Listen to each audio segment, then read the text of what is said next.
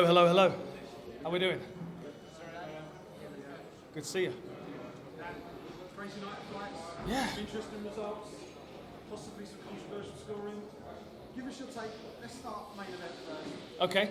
We spoke earlier in the week, and a lot of the narrative was around Leah. You said to me, can't sleep on Sarah Collins, she could completely upend all of this, and that's exactly what happened.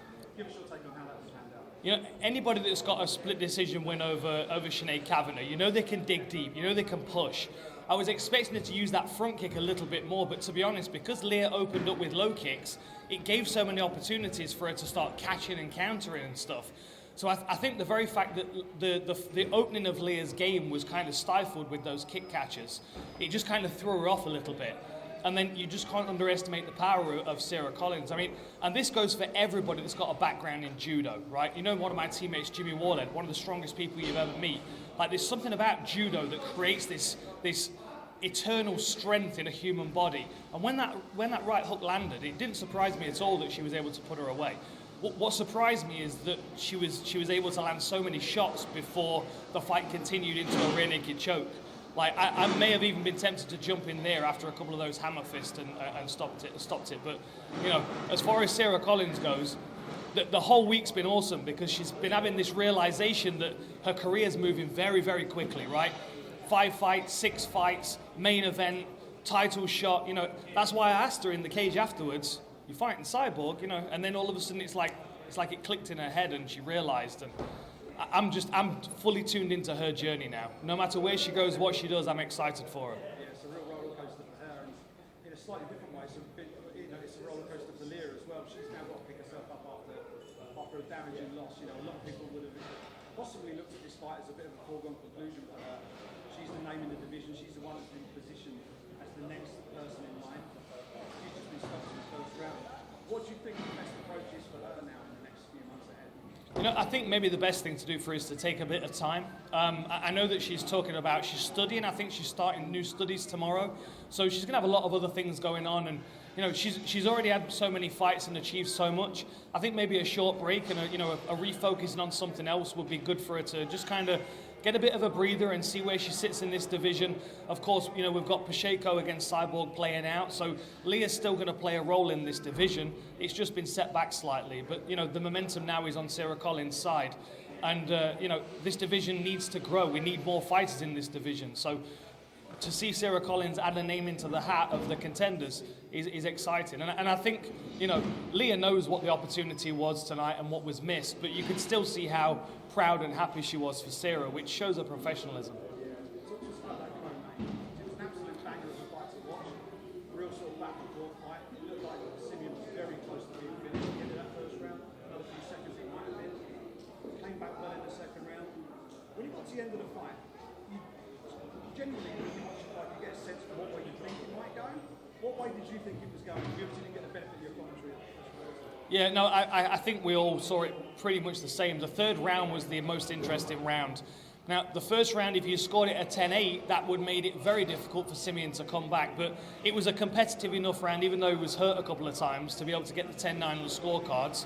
The second round, it looked to me like Xavier had a bit of an adrenaline dump, and he was just a bit flat, like there wasn't a great deal coming from him. And I've actually just been talking about it in the back. You'll remember when Anderson Silva landed that knee on Bisping, thought the fight was over, adrenaline dump, all of a sudden you relax and then you realise you've got 2 more rounds to go.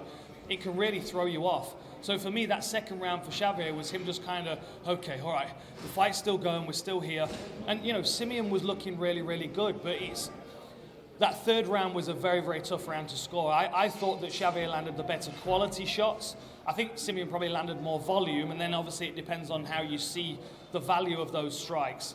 I think Simeon felt the same thing as the rest of us as well. At the end of the fight, he was kind of leaning on the cage wall. He was like, you know, could have been better, should have been better. But, you know, he gets to regroup and go again. And I think we've got another interesting individual in Xavier that we can keep an eye on. The auditorium is a hard hat area. Hard hats must be worn when the beacons are flashing. In the unlikely event that an evacuation is necessary, please follow the emergency exit signs to leave the building. The emergency exit is not by the service yard. I've been practicing. I always wanted to work in an airport. The auditorium is a hard hat area. Oh. Hard hats must be worn when the beacons are flashing. In the unlikely event that an evacuation is necessary, please follow the emergency exit signs to leave the building. The emergency exit is not via the service yard. Oh, okay. What I wanted to ask you about Simeon was, we've got Simeon and Luke both coming up in the same division, both coming up through the same gym. Luke was emphatic about how he wanted his career to progress from that point on. We spoke to Simeon back here. He says he's very much still learning in the sport, still growing, which of course is a very mature approach to take. I asked him about potentially the global league in terms of 5 pounds, and he was like, bring it on. Wants to swim in the deep end. Do you think that's a viable route for him? And is that the most common sense for him, given the way he's developing in this career? Yeah, I think so. Look, what we saw tonight from both of those guys is that we've got legitimate light heavyweights in the UK for the first time in I don't know how long. Like, it's never been a very strong division, right? And I think that given the fact that both of those guys are preparing together, they're teammates, they're going to benefit so much if they're not on a collision course at some point in their career. Personally, what I would like to do, I'd like to grab Simeon and bring him back to PFL Europe. I want to see him back in my smart cage. I want to see him keep moving forward in the PFL brackets and potentially get to that global, the global tournament. What you have to remember is that the loss came to Jakub Nedo. Nedo went over onto the global scene and didn't do very well at all. You know, there are real killers in that division. And I feel like, especially seeing that performance, Simeon's got a bit more time to grow, right? Luke looks to me like he's got the momentum on his side, so we've got to ride that momentum. He mentioned Colmore, he mentioned Anderson. They're two good opponents for him in the near future, in my opinion. For Simeon, I think he needs to just work a little bit on his powerlifting, on his presence, and also on his confidence as well, because he was picking himself up off a loss and coming off 10 months out of the cage. Like, you can see that he wants to be active, and if it was up to me, I'd book him every weekend.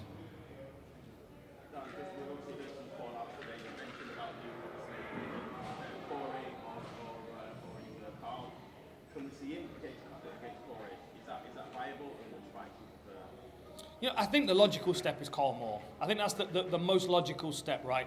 Like, Corey's got his eyes right at the top of the division, and he's going to be calling out some really interesting people in the coming weeks, let me tell you.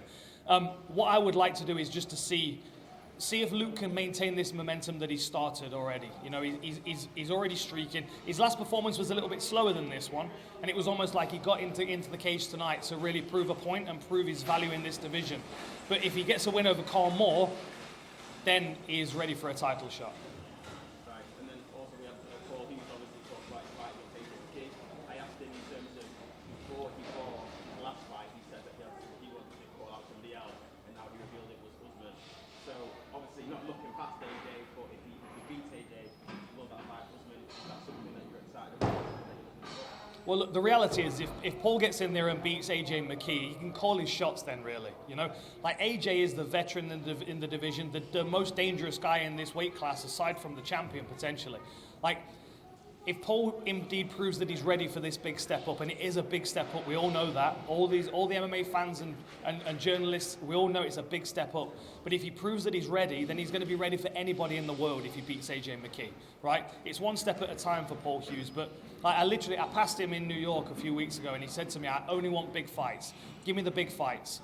And regardless of what happens against AJ McKee, I think we're going to see Paul in the global tournament. I think we're going to see him on the regular season for global next year. And he is potentially going to have the likes of Mark Jacasey alongside him as well. So there are still lots of very tough fights in Paul's future, even if he comes through AJ McKee. And that answered my last question in terms of what you're going to do with utilising Mark Jacasey, but global season sounds like a good idea. I think that's what he wants. You know, I think he wants to chase that $1 million and get that 2025 belt around his waist. And then that's going to set him up for an opportunity to fight the champion, right? That's ultimately what we're doing. With the global brackets are going to define the winner of that year. The winner of that year goes into the Champs v Champs card. And I think that's where, you know, if I'm Mark Jacasey, that's what I'm thinking. I want 4 wins next year on a real big stage against some real tough opponents. And then, again, I'm right up at the top of the division, call my shots. Last one's a personal one for you. With all the work that you do and all these different jobs, what's your favorite part of this whole sport? Like, the sport that you do? Man, that's a good question. I don't know, to be honest. I mean, I love just sitting watching fights. I like it when I wake up in a day and I'm like, right, I have a Bellator card to research today. I'm going to sit and watch 50 fights. Like, they're my kind of days. I really enjoy the time when I can just sit and just immerse myself in it. But at the same time, having conversations with the fighters. You know, I was never particularly much of a talkative person when I was in training camp. I was always kind of focused on what I was doing. But to talk to all these different fighters, you know, I mean, you know, Luke Trainer's a good example. He's not only is a phenomenal fighter, but he's also a really lovely person, right? He's doing a lot of good things outside the cage. And just to have these conversations gives me a real good perspective of the value and the depth of the mixed martial arts community. So, you know, getting to know these fighters a bit better is a real pleasure for me. All good? Sure. So Sarah got a win, and obviously now she's due to fight Cyborg. Do you think the fact that she's so young in her career and the fact that she's got so little footage to make research, do you think that makes her more dangerous over Cyborg? I do, and I think something else that makes her quite dangerous as well, because I mean, she had 2 Muay Thai fights, but she's had loads and loads of Judo experience. So it's almost like, it's kind of like Ronda in the early days. Like, we didn't see Ronda struggle until she started to try and be a striker, right? The thing with Sarah, and that right hook landed clean. She knows she's got that in her arsenal if she needs it. But ultimately, her mindset is Judo. Let me close this person down. Let me get that head and arm position and put them on the floor where I know that my years of Judo starts to come into play. And I think that the single-mindedness, if she's going into a fight with Cyborg, is get a hold of her, get her on the floor. You know, use that Judo to slow her down and to take her out of her striking range. I think the fact that she doesn't have a lot of experience and there isn't a lot of footage, as you said, it can be an advantage if she can utilize it in that way. But she has to, you know, stick to her wheelhouse, keep working what she's good at, and then, you know, see what sticks against Cyborg. That head and arm throw, if she can get into that crucifix position against Cyborg, I think she can control her. You know, that Judo top game is a thing to behold.